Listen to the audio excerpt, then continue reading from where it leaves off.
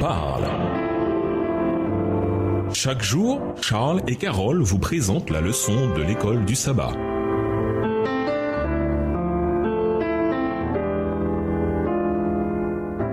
Bienvenue dans votre émission Dieu nous parle. Nous voilà au mercredi 10 février. Ne jugez pas.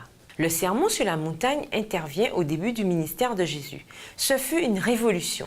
Pour commencer, il a dit à des gens ordinaires qu'ils avaient de la valeur et qu'ils étaient bénis aux yeux de Dieu, Matthieu 5, les versets 3 à 12, et qu'ils étaient du sel, Matthieu 5, le verset 13, et la lumière, Matthieu 5, les versets 14 à 16, deux denrées rares.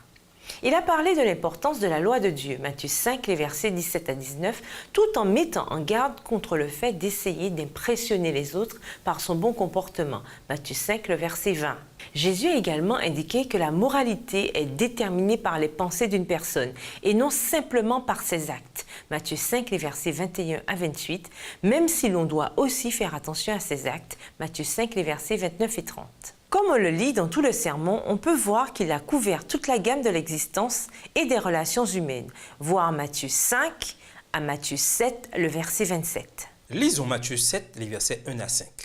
De quelle manière la réalité du grand conflit est-elle révélée dans ces textes? Autrement dit, comment se manifeste ici l'interaction entre le bien et le mal? Matthieu 7, les versets 1 à 5. « Ne jugez point afin que vous ne soyez point jugés, car on vous jugera du jugement dont vous jugez, et l'on vous mesurera avec la mesure dont vous mesurez. Pourquoi vois-tu la paille qui est dans l'œil de ton frère et n'aperçois-tu pas la poutre qui est dans ton œil? Ou comment peux-tu dire à ton frère, laisse-moi ôter une paille de ton œil, toi qui as une poutre dans le tien?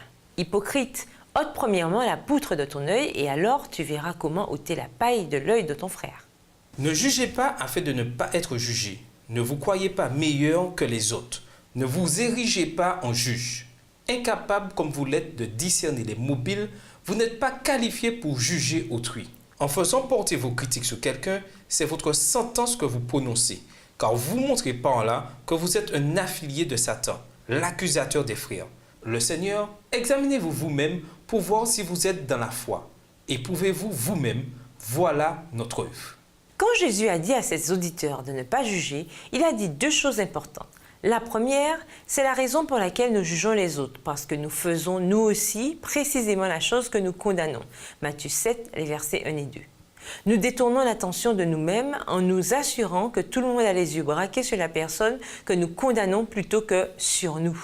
La deuxième chose que dit Jésus, c'est que souvent, le problème que nous voyons chez le frère ou la sœur n'est qu'une fraction de notre propre problème.